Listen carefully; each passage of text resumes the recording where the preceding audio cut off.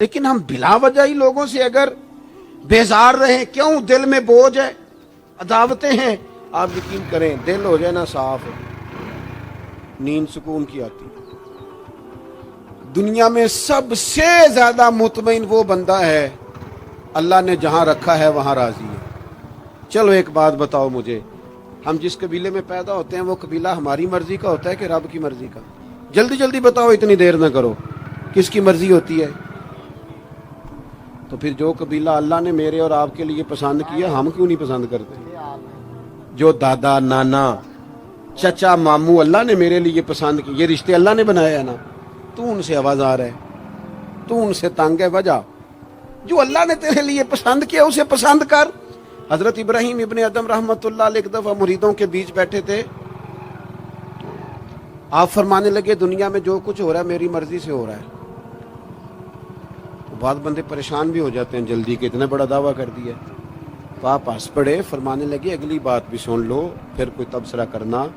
فرمانے لگے جو کچھ ہو رہا ہے میری مرضی سے ہو رہا ہے، کیونکہ میری وہی مرضی ہے جو میرے رب کی مرضی ہے۔ میں نے اپنی مرضی اپنے رب کی مرضی میں فنا کر دی، اب میری مرضی کوئی نہیں۔ سانو قید سجن دا گہنا ہے، او جنج رکھے ایسا اونج رہنا ہے۔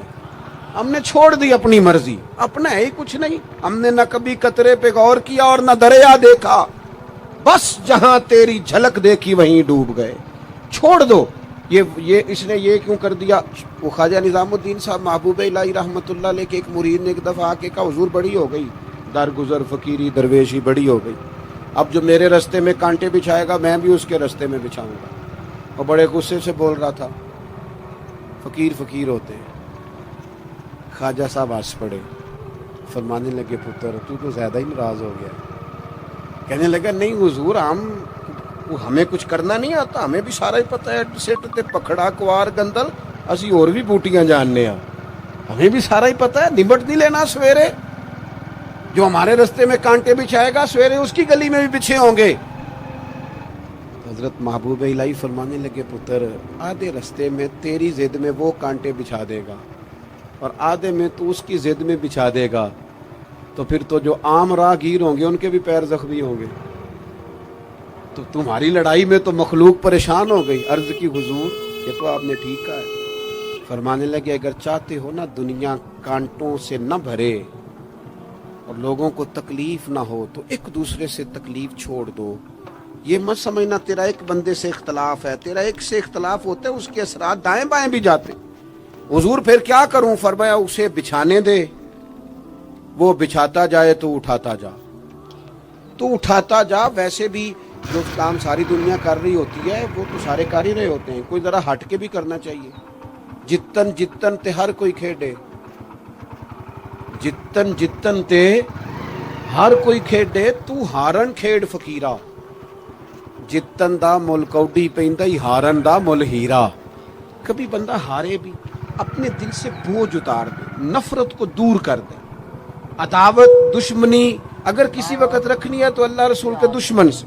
اشداء علی الکفار، اپنوں کے لیے کیا ہے، کچھ عقیدہ کے لیے کیا ہے، رحماء بینہم۔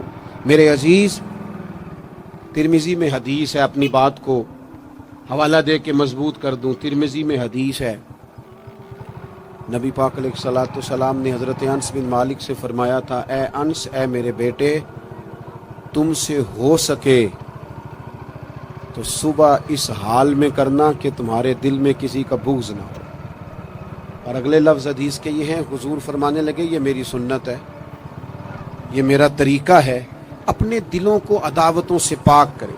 اور پانچویں بات، اور بس اسی کے آگے پیچھے میں نے اپنی بات کو سمیٹ دینا ہے، میرا مضمون مکمل ہو گیا۔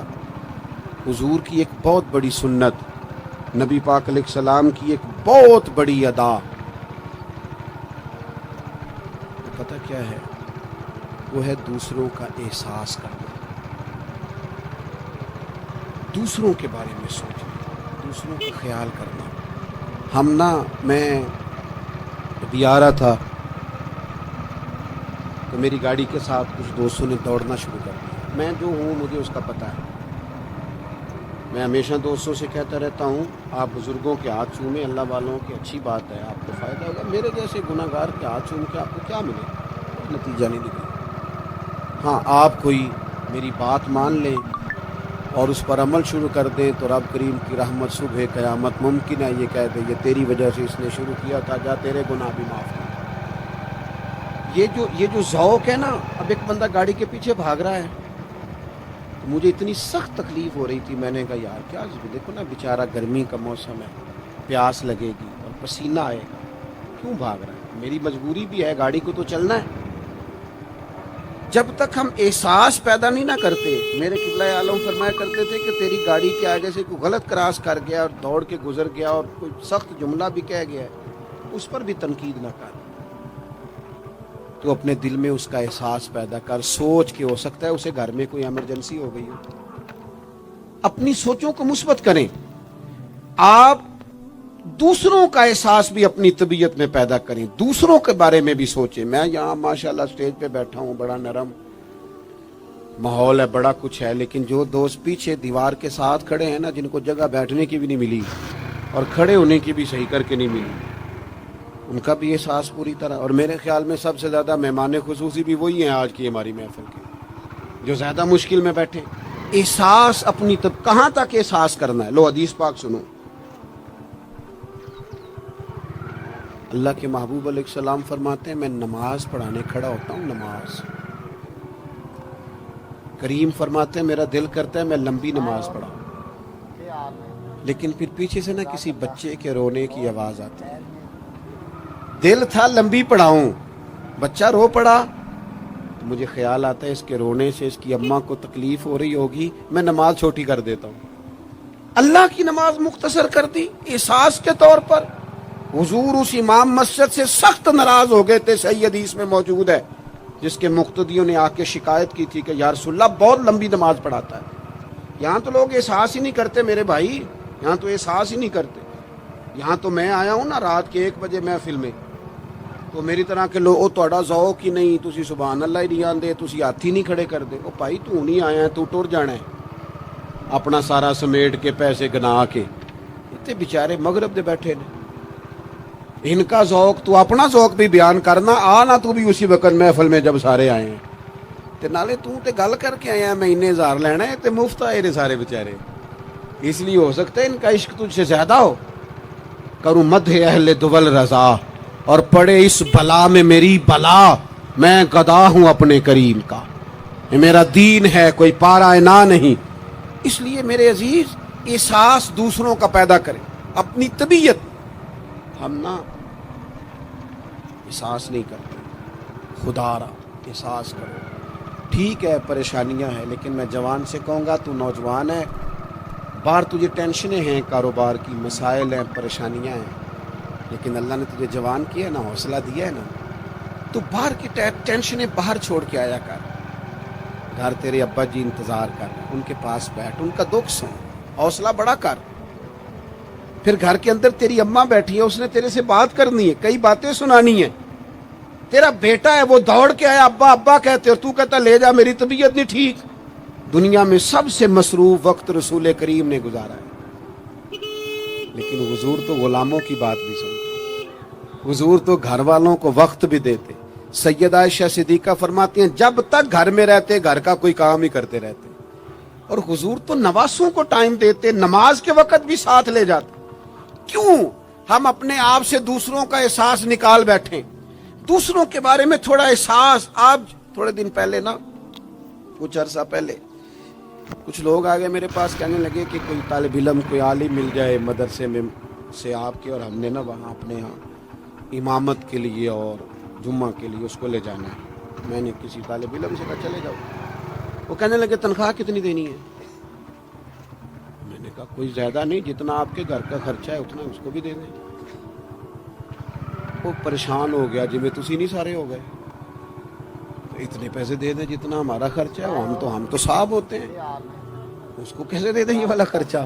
تو کہنے لگے نہیں جی وہ تو ٹھیک ہے تسی کوئی 10 چھڑو۔ اور میں نے کہا میں آپ کو وہ بتا رہا ہوں جو حضرت صدیق اکبر نے بتایا۔ آپ کی تنخواہ کتنی لگائیں؟ کہا درمیانے مہاجر کا جتنا خرچہ ہے نا اتنا میرا بھی لگا دو۔ حضور گزارا نہ ہوا، فرمایا میں لوگوں کی تنخواہیں بڑھا دوں گا، جہاں سب کا گزارا ہوگا ابو بکر کا بھی ہو جائے گا۔ یہ کیا بات ہوئی کہ تو تیرا گزارا نہیں ہوتا تو مزدور کا کیسے ہوتا ہے؟ غریب آدمی کا احساس جب تک تجھے دوسروں کا پیدا نہیں ہوتا تو حضور کے اسوہ حسنہ تک نہیں پہنچ سکتا. تو نے نبی پاک کا طریقہ نہیں اپنایا. یہ پتہ ہے حضور جو غاروں میں روتے تھے اور سارا دن تبلیغ کرتے تھے اور طائف تشریف لے جاتے اور عکاظ کی منڈیوں میں جاتے تھے، یہ احساس تھا، یہ درد تھا جو میرے محبوب کو لے جاتا تھا. احساس تھا. حضور چاہتے تھے رب کا کوئی بندہ دوزخ میں نہ جائے. اللہ کے محبوب رات کو روتے، دن کو تبلیغ کرتے، گلی گلی جاتے، لوگوں کو سمجھاتے. کوئی ایک بار دین کی بات پوچھتا، 10 بار بھی اس سے پوچھتا تو بتاتے. کیوں؟ احساس ہے. بات ختم کرنے لگا ہوں. سیدہ طیبہ طاہرہ ام المومنین سیدہ عائشہ صدیقہ رضی اللہ تعالیٰ عنہ فرماتی، ایک دن حضور مجھ سے فرمانے لگے، کریم فرمانے لگے عائشہ ایک بات بتاؤں تمہیں؟ یا رسول اللہ فرمائیے. تو کریم فرمانے لگے عائشہ جب تم مجھ سے راضی ہوتی ہو پھر بھی مجھے پتہ چل جاتا ہے، اور جب تمہارے دل میں کوئی بات ہوتی ہے پتہ مجھے پھر بھی چل جاتا ہے. کہتے میں نے جلدی سے عرض کی حضور میں اور آپ سے ناراض. تو فرمایا بتاؤں پھر؟ حضور بتائیے. فرمایا عائشہ کبھی کبھی قسم اٹھاتی ہو؟ یا رسول اللہ اٹھاتی ہوں. فرمایا جب ہوتی ہو نا مجھ سے راضی تو کہتی ہو مجھے محمد مصطفیٰ کے رب کی قسم، اور جب تمہارے دل میں کوئی بات ہوتی ہے تو پھر کہتی ہو حضرت ابراہیم خلیل کے رب کی قسم. پھر حضرت جناب عائشہ صدیقہ کہتی ہے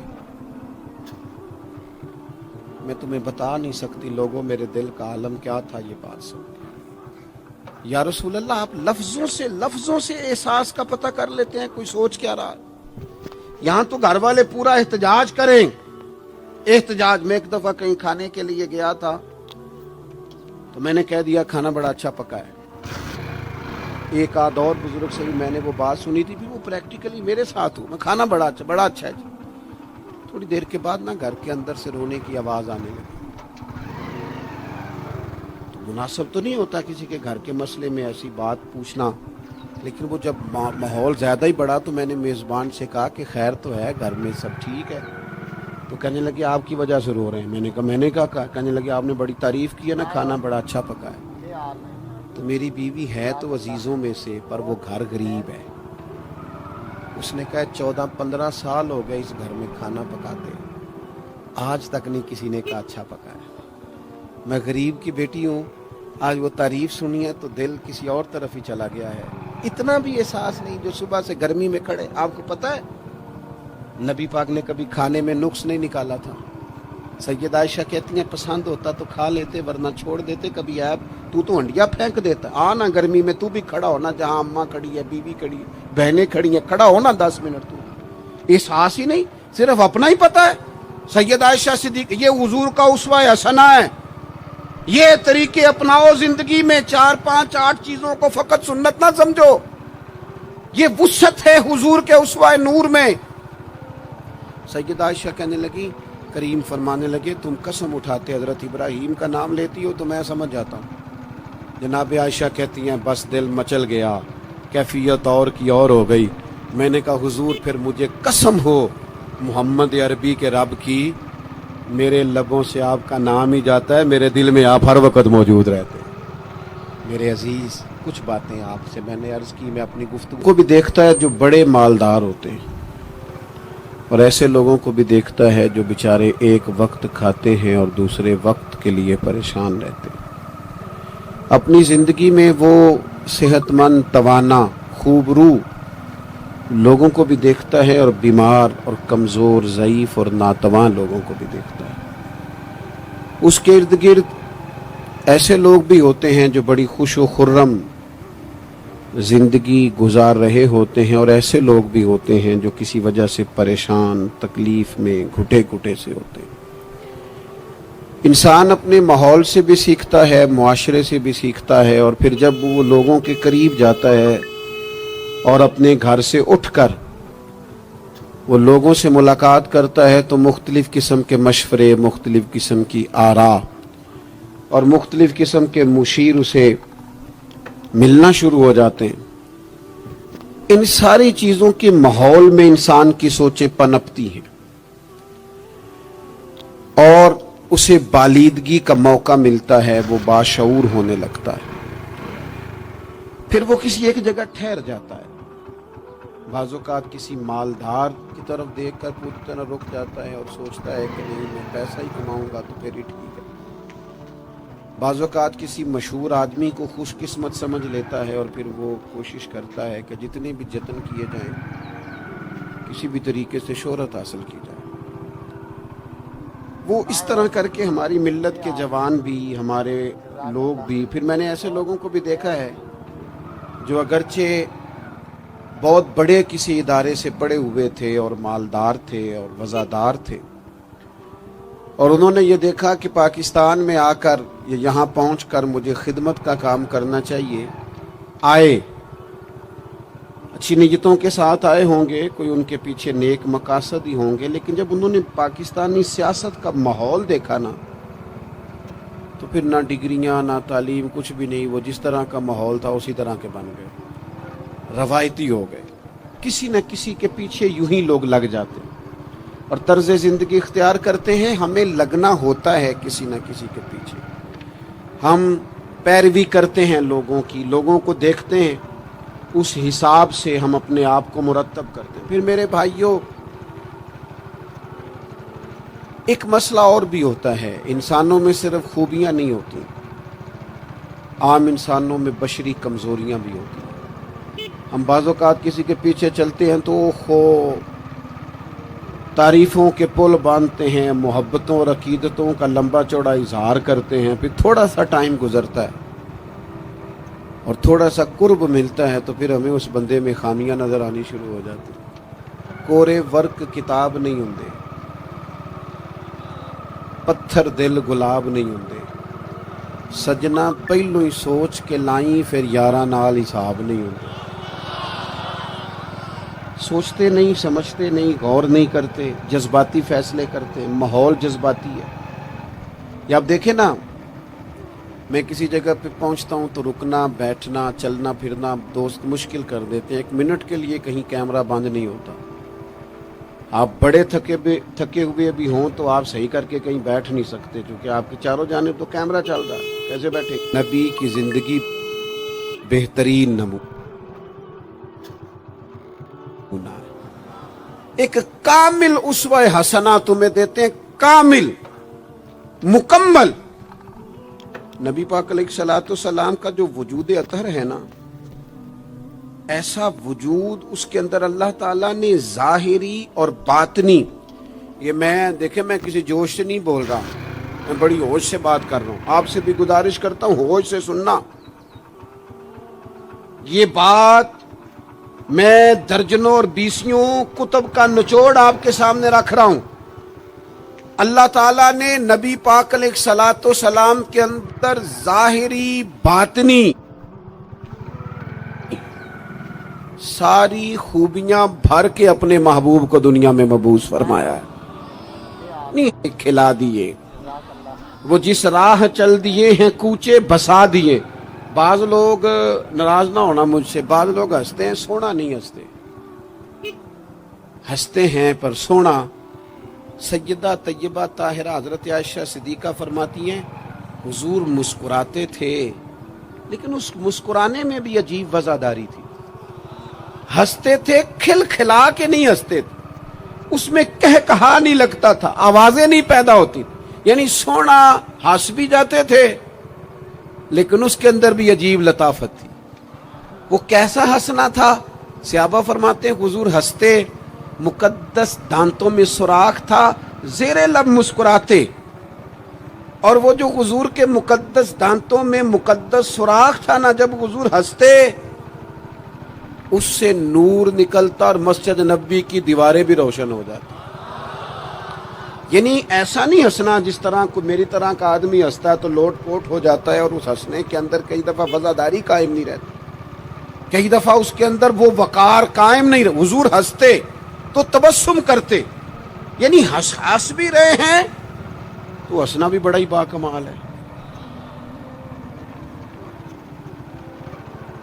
اور میرے اعلیٰ حضرت تو کہتے ہیں بس وہ ہنس پڑتے تھے، پھر جو عمر بھر کے رو رہے ہوتے تھے نا، وہ حضور کا ہنسنا دیکھ کے ہی ہنس پڑتے تھے۔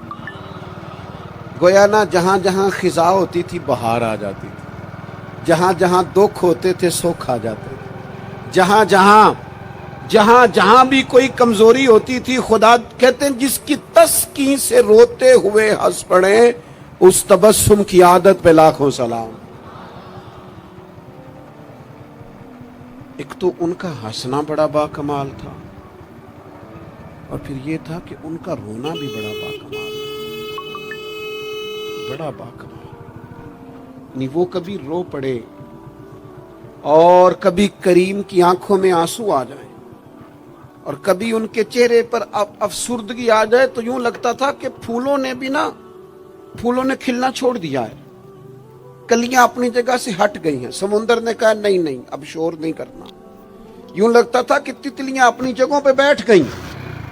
جب وہ کبھی روتے تھے تو یوں محسوس ہوتا تھا کہ جیسے چاند کہتا ہے کہ نہیں اب میں نے نہیں کھل کے چمکنا، محبوب تو رو پڑے۔ اور کبھی کریم روئے، آنکھوں میں آنسو آئے، ان کے رونے میں حسن اتنا تھا، کمال اتنا تھا کہ جبریل امین آئے اور آ کے عرض گزار ہوئے، یا رسول اللہ سارے بھید جاننے والا رب پوچھتا ہے کریم سے پوچھو نا، محبوب سے پوچھو نا روئے کیوں ہیں، یہ رو پڑے ہیں کیوں روئے ہیں، سارے بھید جاننے والے مالک کیوں روئے؟ تو محبوب فرمانے لگے جبریل امت کا قیامت کا حساب، قیامت کی گرمی، اللہ تعالیٰ کا کرسی عدالت میں اپنی شان کے لائق جلوہ فروز ہونا، امت کی کمزوریاں، سستیاں، غفلتیں، ان کو یاد کر کے رو پڑا ہوں، غم امت نے نڈھال کر دیا ہے۔ حضرت جبریل بارگاہ ایزوی سے پیغام لائے، محبوب کریم صلی اللہ تعالی علیہ وآلہ وسلم نے حضور روئے۔ جب جبریل امین یہ پیغام لے کے لوٹتے ہیں تو رب کریم نے کیا فرمایا؟ آپ کی توجہ ہے میری بات پر؟ مالک کریم نے کیا فرمایا؟ وہ آیت نازل ہوئی جس کے بارے میں امام زین العابدین رضی اللہ تعالیٰ عنہ فرماتے ہیں قرآن میں سب سے امید والی آیت یہ ہے۔ روئے حضور اور جناب جبریل پوچھ کر واپس گئے تو رب کریم نے فرمایا جا کے میرے محبوب سے فرما دیں وَلَسَوْفَ يُؤْتِيكَ رَبُّكَ فَتَرْضَىٰ، محبوب رب آپ کو اتنا دے گا کہ آپ اپنے رب سے راضی ہو جائیں گے۔ محبوب آپ کو راضی کریں گے، نہ روئیں، آپ کو راضی کریں گے آپ۔ اور حضور کیا فرماتے ہیں؟ فرمایا جب تک میرا ایک امتی بھی دوزخ میں کوئی نہیں راضی ہوتا۔ اللہ کیا جہنم اب بھی نہ سرد ہوگا؟ رو رو کے مصطفیٰ نے دریا بہا دیے۔ حضور کا ہنسنا بھی باکمال، رو دینا بھی باکمال، ان کا کسی بندے سے محبت سے اٹھ کے گلے لگانا بھی باکمال۔ اور کبھی حضور جلال کریں تو محبوب فرمانے لگے میں نے دعا مانگی ہے، اے اللہ اگر میں کسی کو جھڑک دوں تو اتنا ثواب دینا جتنا تو فرد نماز کا ثواب دیتا ہے۔ یہاں یہ بھی ہر زاویے سے، ہر نگاہ سے، میں کیا آپ کو عرض کروں، ہم نے نہ کبھی سیرت بیان کی، میری طرح کے لوگوں نے، نہ قوم اس طرح سے سیرت کو پڑھتی ہے۔ سیرت نبوی کا ایک ایک پہلو کبھی کھولا جائے، یہ جو زمانے میں بے چینی پائی جاتی ہے نا، بے قراری پائی جاتی ہے، اور ذہنی انتشار ہے، اور فکری الجھاؤ ہے، اور ٹوٹتی بکھرتی سوچیں، یہ ساری ختم ہو جائیں، ایسا ٹھہراؤ نصیب ہو، جینے کا بھی مزہ آئے اور مرنے کا بھی مزہ آئے۔ اگر حضور کی سیرت مقدسہ کو سمجھا جائے تو محبوب کی زندگی ہر طرح سے کامل ہے، مکمل ہے، اکمل ہے۔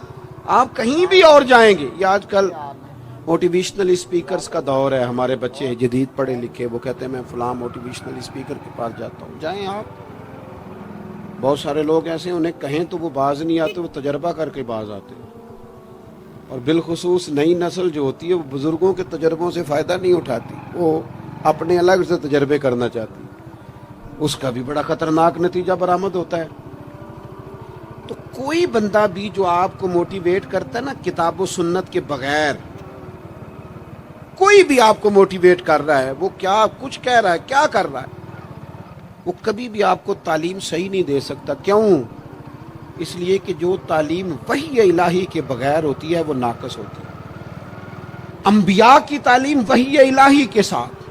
لہذا اگر کوئی آدمی آپ کو موٹیویٹ کرتا ہے کتاب و سنت کے ساتھ, وہ آپ کو درست سمت لے کے جائے گا, ورنہ تو ہر آدمی آپ کو الجھا دے گا. میرے بھائی, نبی پاک کا اسوہ حسنہ. ہمارے ہاں لوگوں نے سنت شریعت سمجھ کس کو لیا ہے؟ ہمارے ہاں لوگوں نے سنت شریعت سمجھا ہے صرف پگڑی باندھ لی. بہت عظیم سنت ہے امامہ باندھنا. بعض لوگوں کا خیال ہے صرف داڑھی رکھنا, داڑھی بہت عظیم سنت, بہت عظیم سنت, انبیاء کرام کی پسند ہے. اور آپ کو پتہ ہے اللہ تعالیٰ نے عورتوں کو داڑھی دی ہی نہیں, یہ مرد کا زیور ہے. ہاں یہ مردانہ کام ہے, داڑھی مرد کا زیور. اور پھر یہ آپ کے جسم کا حصہ ہے, داڑھی کا وزن کوئی نہیں ہوتا. پوچھ لیں جنہوں نے بڑی رکھی ہے, بے شک ان سے بھی پوچھ لیں. یہ وجود کا حصہ ہے, اس کا کوئی وزن, کوئی پریشانی. اور ایک اور بات نوجوانوں آپ سے کہہ دوں چلتے چلتے, بغیر داڑھی کے آپ سونے لگ رہے ہوں تو لوگ کہیں گے پیارے لگ رہے ہو, اچھے لگ رہے ہو, خوبصورت لگ رہے ہو. اور داڑھی کے ساتھ اگر کسی کو پیارے لگو نا, تو جو تعریف کرے گا وہ تو تعریف ہی بڑی روحانی قسم کی ہے, وجدانی. یعنی آپ داڑھی کے ساتھ اچھے لگیں تو لوگ کہتے ہیں کتنا نورانی چہرہ ہے. اب دیکھو اس تعریف کے پیچھے جو جملوں کی ترتیب ہے اس میں حسن کتنا. داڑھی, امامہ, سفید لباس, اور پھر یہ کہ مسواک کرنا بڑی اعلیٰ سنتیں, میٹھا کھانا بڑی اعلیٰ سنت. لیکن یہی 4-5 سنتیں نہیں میرے بھائی حضور کی. یہ بہت بڑا مسئلہ ہے. بعض لوگ سمجھ فلاں جی سنت شریعت پہ عمل کرتا ہے, کیا کرتا ہے کہ داڑھی پگڑی والا ہے. وہ خدا کے بندے یہ عظیم سنت ہے, کون اس کا انکار کر رہا ہے. لیکن نبی پاک کا تو اسوہ حسنہ ہے, اس کے پیچھے تو پوری زندگی ہے. ادھر دیکھو میرے. اچھا پھر ایک اور بات, بعض لوگ سمجھتے ہیں میٹھا بولنا صرف سنت ہے اور اخلاق کی علامت ہے, صرف میٹھا بولنا. آپ نے ناراض نہیں ہونا, میٹھا تو بعض بندے اپنے مطلب کے لیے بھی بولتے ہیں, وہ کام نکلوانے کے لیے بڑا میٹھا میٹھا بول رہے ہوتے ہیں. اور یہ سنو میرے بھائی, صرف میٹھا بولنا ہی سنت نہیں, ہمیشہ سچ بولنا سنت ہے. ہمیشہ صحیح بات کرنا, دیانتدار رہنا. تو سمجھتا ہے 4, 5, 6, 8 چیزیں ہی سنت ہیں؟ او خدا کے بندے, نبی پاک کی جو ادا سب سے پہلے دنیا کے سامنے آئی, اور حضور کی جس ادا سے, سنت سے لوگوں کو سب سے پہلے واقفیت ہوئی. شور نہیں پڑ جاتا کسی چیز کا دنیا میں, معاشرے میں, فلاں بندہ یہ کرتا ہے, فلاں ایک بندے کا ایک چیز تعارف بن جاتی ہے. تعارف, کوئی چیز لوگوں کے وجود کے ساتھ, نام کے ساتھ سابقہ لاحقہ بن جاتی ہے. جو چیز سب سے پہلے جس سے لوگوں نے میرے نبی پاک کا تعارف کیا اور لیا, ادھر دیکھو نوجوانوں میری طرف, جس چیز سے سب سے پہلے حضور کی جس ادا سے لوگ واقف ہوئے تھے وہ تو صادق اور امین ہونا ہے. سب سے پہلے لوگ واقف ہوئے تھے کہ ہمیشہ سچ بولتے, ہمیشہ سچ. ملت کا جوان تو لوگوں کو ہنسانے کے لیے جھوٹ بولتا ہے, کوئی فائدہ نہیں, کوئی فائدہ نہیں. جھوٹ بولنے کے لیے ڈینگے مارتے ہیں, بڑکے مارتے ہیں, میں یہ ہوتا ہوں, میں وہ ہوتا ہوں. جھوٹ بولتے ہو, کیوں زیادتیاں کرتے ہو اپنے ساتھ؟ نبی پاک علیہ السلام کی تو پہلی ادا, پہلی سنت جس سے لوگ واقف ہوئے وہ صادق اور امین ہونا. لوگ کمزوری دکھاتے ہیں. میں آپ سے عرض کروں, آج پتہ ہے میرے ملک کا حال کیا ہے؟ آج اتنے درد میں ہیں لوگ, اتنی تکلیف میں ہیں. امیر لوگ تو پیٹرول پہ بحث کرتے ہیں, پیٹرول پہ زیادہ تر وہ لوگ بحث کرتے ہیں جن کی گاڑیاں بڑی ہوتی ہیں. غریب پیٹرول پہ بحث نہیں کرتا, وہ تو کہتا ہے کرایہ 10 روپے بڑھ گیا بس کا, کیونکہ اس کو تو بس میں آنا جانا ہے, پیٹرول سے تو اس کا لینا دینا نہیں ہے. تو امیروں کی باتیں, تگڑے لوگوں کی باتیں. یہ سارا عالم, اس ملک کا سب سے بڑا مسئلہ نہ قانون کا ہے, نہ معیشت معاشرت کا ہے. اس ملک کا سب سے بڑا مسئلہ دیانتداری کا ہے. یہاں اگر دیانتداری ہو جائے, سچ بولنے والا, بات کرنے والا سچ بولے. اذان سن لیں جی پہلے. ڈاکٹروں کے بارے میں رائے کیا ہے؟ چلیں بتائیں. وابڈا والوں کے بارے میں رائے کیا ہے؟ آپ اپنی بھی ایک آدھ. مولویوں پیروں کے بارے میں رائے کیا ہے؟ بس یہی حال کیا گیا، الا ماشاء اللہ، بد اعتماد کر دیا گیا۔ ایسا نہیں ہے کہ صرف کسی ایک گروہ، ایک طبقے کے بارے میں بددیانتی کو فروغ دیا گیا، جھوٹ کو۔ آج بھی کسی بھی شخص کو آپ لے لیں، اس کے بارے میں سچائی سے زیادہ جھوٹی خبریں زیادہ پھیلائی جاتی ہیں۔ افواہوں کا دور۔ اپنی زندگی میں جوانوں سچ بولو، دیانتداری کا مظاہرہ کرو۔ اس ملت کا جوان کیسے ترقی کرے گا جس کی ماں کہتی ہے کہ پتر تو سچ ہی نہیں بولتا، تو جاتا کہیں ہے بتاتا کہیں ہے، تو بات ہی ٹھیک نہیں کرتا، کیسے بات سنو؟ نبی پاک صلی اللہ تعالی علیہ وسلم نے جب مختلف جگہوں پہ تبلیغ دین کے پیغامات بھیجے تو ہرقل بادشاہ کو بھی حضور نے پیغام دیا۔ بڑا سیانہ آدمی تھا، سمجھدار تھا، معاملہ فہم تھا۔ اس نے کہا میں کوئی جذباتی فیصلہ نہیں کرتا، کچھ چیزوں کے نا حضور کے بارے میں کچھ چیزوں کے سوالات میرے ذہن میں ہیں۔ اس نے کہا یار یہاں کوئی آیا ہوا ہو نا، مکے کا سردار، لوگ تجارت کے لیے آتے ہیں، کوئی سمجھدار سیانہ سردار وزادار آدمی تو لے کے آؤ۔ ابو سفیان ابھی مسلمان نہیں ہوئے تھے، وہاں گئے ہوئے تھے، اور آپ کو پتہ ہے کہ وہ ہر جنگ میں آگے تھے کلمہ پڑھنے سے پہلے۔ ان کو بلا کے نا لوگوں کو پتہ چلا یہ آئے ہوئے ہیں تو لے جا کے بادشاہ کے سامنے کھڑا کر دیا۔ ابو سفیان کہتے ہیں جب اس نے سوال جواب شروع کیے نا تو ظاہر ہے میں مخالف گروہ میں تھا، جب کوئی مخالف گروہ میں ہوتا ہے اس نے تعریف تو نہیں نہ کرنی ہوتی۔ وہ صرف ہمارے ملک میں رواج ہے کہ لوگ جو پارٹی چھوڑ کے آ رہے ہوتے ہیں اس کی بھی تعریفیں کر رہے ہوتے ہیں، اور جدھر جا رہے ہوتے ہیں پھر اس کی بھی۔ اللہ جانے کیسے اپنے دل کو سمجھاتے ہیں، ضمیر کو مطمئن کرتے ہیں، اللہ ماشاء اللہ۔ ابو سفیان کہتے ہیں میں چونکہ دوسرے گروہ میں تھا تو بادشاہ نے جو بات بھی پوچھی نا میں نے رائے مخالف دی۔ جو بھی پوچھا کہ وہ محبوب علیہ السلام جو دعوی نبوت کرتے ہیں، ان کا کلمہ پڑھنے والے امیر ہیں، غریب ہیں، بات کیا ہے، جنگیں ہوئی ہیں تو نتیجہ ایک طویل گفتگو ہے۔ ابو سفیان کہتے ہیں آخر میں بادشاہ نے ایک سوال پوچھا کہ جوان زیادہ غور کریں گے۔